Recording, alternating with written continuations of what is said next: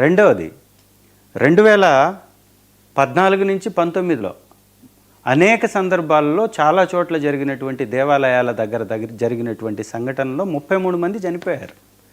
ఈసారి అయితే ఏకంగా 1.5 సంవత్సరంలోనే ఆల్ టైమ్ రికార్డు 23 మంది ఓన్లీ టెంపుల్స్ దగ్గర. ఇవి కూడా ఒక ప్రత్యేకమైనటువంటి సందర్భం, ప్రతిసారి జరిగేటటువంటి సందర్భం. అంటే ప్రతి సంవత్సరం వచ్చేటటువంటి ఏకాదశి అనేటటువంటి పర్వదినాన్ని పురస్కరించుకొని పెద్ద ఎత్తున ప్రజలు ఆ చుట్టుపక్కల ఉన్నటువంటి మందిరాలకు రావడం అనేది సర్వసాధారణమైనటువంటి విషయం.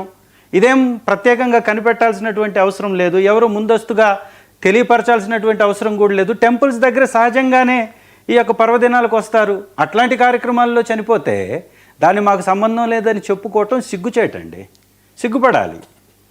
రెండవది, వైఎస్ఆర్ కాంగ్రెస్ పార్టీ మీద మీరు మాట్లాడుతున్నారు ఎలా స్పందించారని.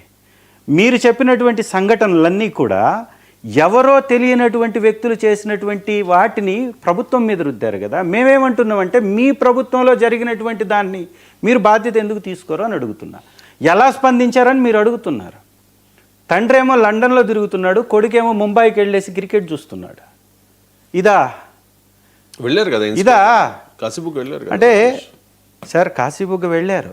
ఆ కుటుంబాలని మీరు పరామర్శించి ఏ కుటుంబాల్లో చనిపోయారో వాళ్ళకి ఏ విధంగా మీరు సహాయ చర్యలు చేశారో, వారికి సహాయం చేసిన తర్వాత ఈ రాష్ట్రంలో తుఫాను విపరీతమైనటువంటి నష్టాన్ని తీసుకొచ్చింది. ప్రకృతి యొక్క ప్రళయం ఎప్పుడు రానంత వరద వచ్చిందని మీరే చెప్తున్నారు. చెప్తున్నప్పుడు ఒక్క నిమిషం, లక్షల హెక్టార్లలో పంట మునిగిపోయింది.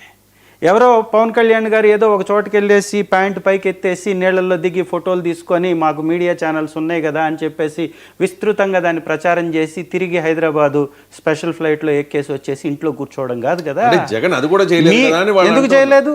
అంతకుముందు రివ్యూ మీటింగ్స్ పెట్టాం. రేపు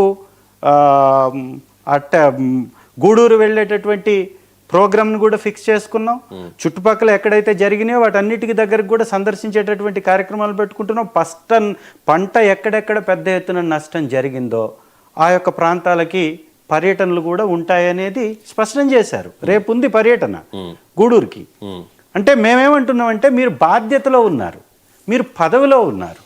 మీరున్నటువంటి వాళ్ళకి మీకు హైదరాబాదులో టీవీ ముందు కనపడేటటువంటి ఆట చూడడానికి సరిపోయే సమయాన్ని మీరు ఏకంగా ముంబై వెళ్ళేసి మీరు ఆటల్లో మునిగి తేలుతూ ఈ రాష్ట్రాన్ని గాలికి వదిలేసింది కనపడట్లేదా? మొన్నేమో ఆస్ట్రేలియా, ఇప్పుడేమో ముంబై, తండ్రి గారు మొన్నేమో దుబాయ్, ఇప్పుడేమో లండన్.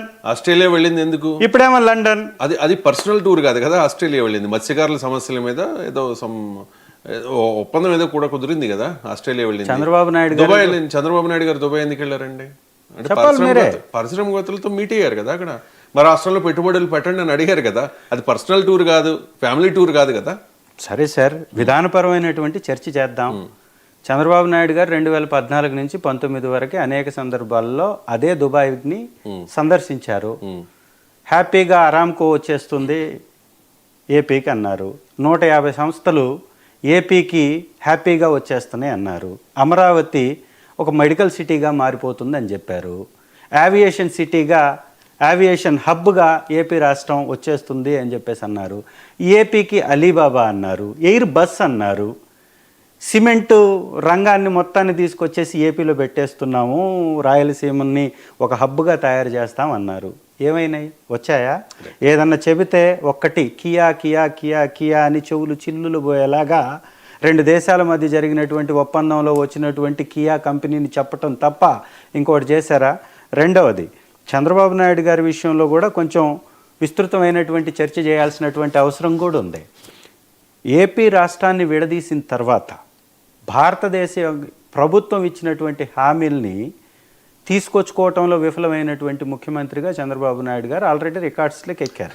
2 సందర్భాలలో కూడా వారితోటే మళ్ళీ పొత్తులో ఉన్నారు కేంద్ర ప్రభుత్వం. కాదు, డైవర్ట్ అవ్వట్లేదు. నేనేమంటున్నానంటే టాపిక్కే, నేను అంటుంది టాపిక్కే. ఒక టెంపుల్ని నిర్వహించలేనటువంటి వారు బాధ్యతాయుతంగా ఒక పండగ వచ్చినప్పుడు సెక్యూరిటీ కల్పించలేనటువంటి